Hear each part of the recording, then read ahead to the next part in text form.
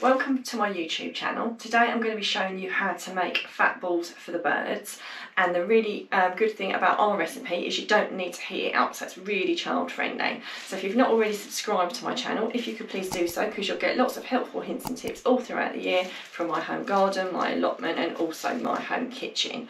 So you need a selection of ingredients and also things to make the fat balls with.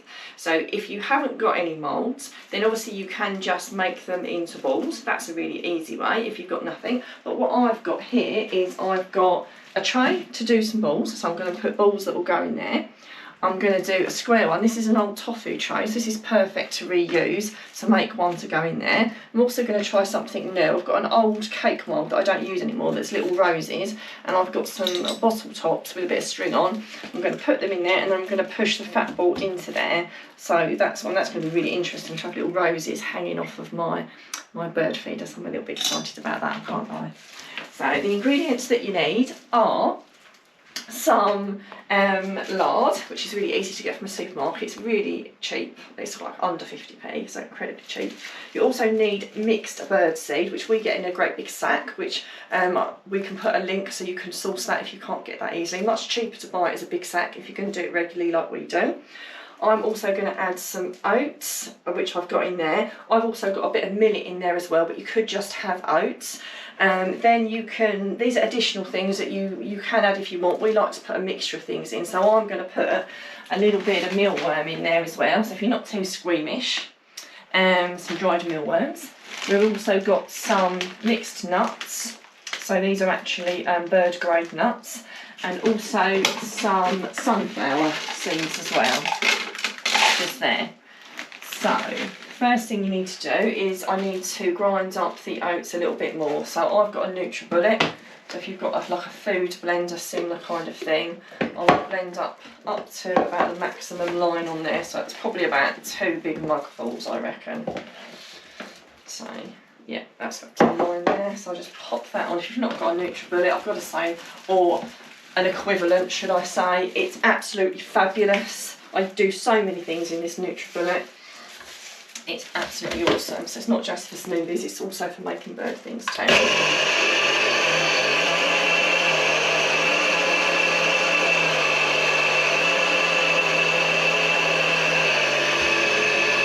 There we go, that's all done. Give that a tap. Now I just mix mine in my food mixer. So let me pull that forward. So I'm going to break the lard into pieces.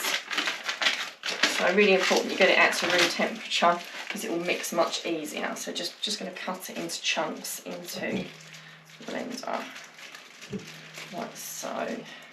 So it's really important to feed the birds this time of year because they really do start to struggle. It's getting really quite frosty here in Kent, so I don't know what it's like where you are, but it really does help them through the winter months. You shouldn't put fat balls out during the summer months because that's not good for them, but during the winter months it's incredibly good for them and can indeed get them through the winter. And it's also a really fun thing to watch the birds. We absolutely adore watching the birds, and our son does too, and he really enjoys taking the food out to feed them. So it's a really nice family thing, and also really good for the birds as well. So I'm going to pop the oats that I've blitzed up in there, and the millet. Like I said, you don't have to have millet as well. It just so happens that I mix my oats with my millet that I have with my breakfast. So a couple of mugfuls of the mixed bird seed, like so. And then this is where you just get a little bit creative, so there's no hard and fast rules here. I've just got a little cup here, so I'm just going to put, actually I'll just shake some in, I think it's too heavy to do it with the cup. You just shake a few of the nuts in as well. So these are your added extras, your garnish as it were, if you've got any. Like I say, we quite like to put a mixture in, it makes it quite fun, and it must be nicer for the birds to get a good mixture of bits in their balls. There we go, nice candle there, and also get some sunflower seeds in too. So that all is left to do now is just to mix it together. Let the mixer do all the work for you.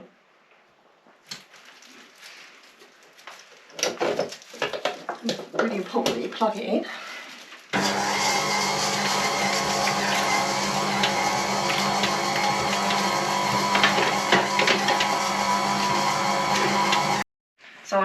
blended that for a little while, and as you can see, everything's all combined nicely. And look, if you push it together with your hands, it sticks together. I'm a little bit precious about my nails, so I've got a pair of gloves on, but I'm sure the kids couldn't care less. So the easiest way to do it, if you've got no moulds, is just to make fat balls, and literally you just form them like so. So you've got that. Then you've got your mould. You could actually do a couple more of these, and you just literally push it into the mould. I mean, it really couldn't be simpler to do. Absolutely fantastic. Really quite satisfying, I've got to say. My husband and I, we both are self-employed and we work from home, so we do get to spend a lot of time looking at the birds, and we enjoy the fact that we've got the time to do that. We've got our own home-based business, and we're actually always looking for new people. So if you're in the UK and you're interested in taking a look at what we do, then there will be a link in the description for you to do so. So there we go. Push it down nice and firm, like so. There we go. That's that one, and look, you've got a nice square one to go in the block there. And here comes the bit I'm really looking forward to, is filling this one here. So let's move that over. Make sure the little lids are in the centre, and again, the same as you did with the other mould, I would personally form it into a little bit of a ball, and then just push it down into the mould. Push it down nice and firmly so that you get the shape of the rose. So these are either be really, really brilliant or really, really rubbish when we pull them out, but we will obviously show you what these look like at the end when we pull them out. Worst case scenario, you can just form them into balls. But it's just something that makes it a little bit more fun and a little bit more interesting. And one of the real benefits, so as you do that, pull your piece of string through the middle like I'm doing, because you want it to lie like that. You know, one of the more interesting things, it's like growing your own fruit and vegetables really. You can do things slightly differently because you're doing it yourself, so everything's not generic like the things you get in the supermarkets and things. It just makes things a little bit more interesting. So we'll do about 5 of those, so we've got a mixture of different things to put out for the birds. Now once I've got these all in the moulds, all you've got to do is leave them to harden up. Now it's up to you where you put them to harden up. I've got a conservatory that's quite cold, so that's where I'm going to put mine. Or you could put them in the fridge, but basically anywhere that's really quite cold, because obviously you want the lard to firm up so it's quite hard, and you want to keep it in that place to store them. So that's why our conservatory is really handy. Once all these are firmed up, we'll then put them in a container and store them there, and obviously take them out as and when we feed them to the birds.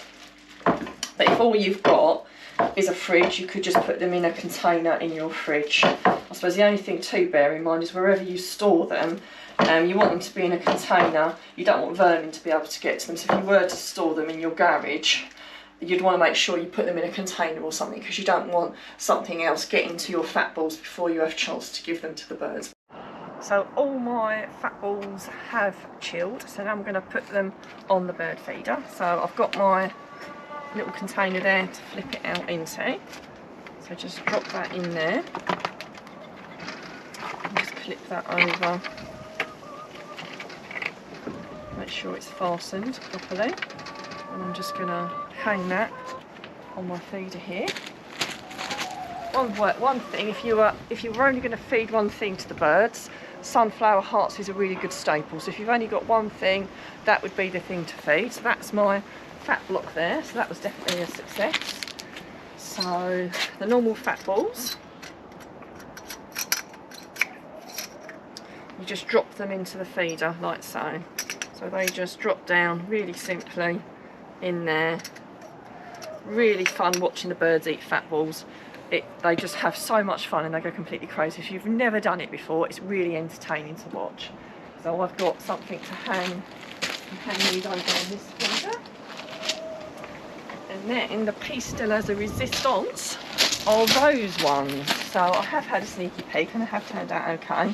So my top tip is to try and get the string more into the centre of the actual product if you can. So just do the best you can with that, and then you just gently lift them out. And as you can see, they are like a little gentle rose shape. And these I'm just going to tie to a tree that we've just got over here, which is close to our bird feeder. We know that the birds really like this tree, so this is a really good place to hang them. So what a fun thing to do. And I'd like to hear what else you do with some of your fat balls and the different shaped things you do. I'm just going to fasten that to the tree. So do a double knot so that it doesn't come off, like so. So I really hope that's given you some inspiration to start feeding the birds, and in particular to make some fat balls to help our bird wildlife during the coming months. If you've got any questions or queries, don't hesitate to ask, and if you can tell me what you're doing as well, I'd be really interested to hear as well.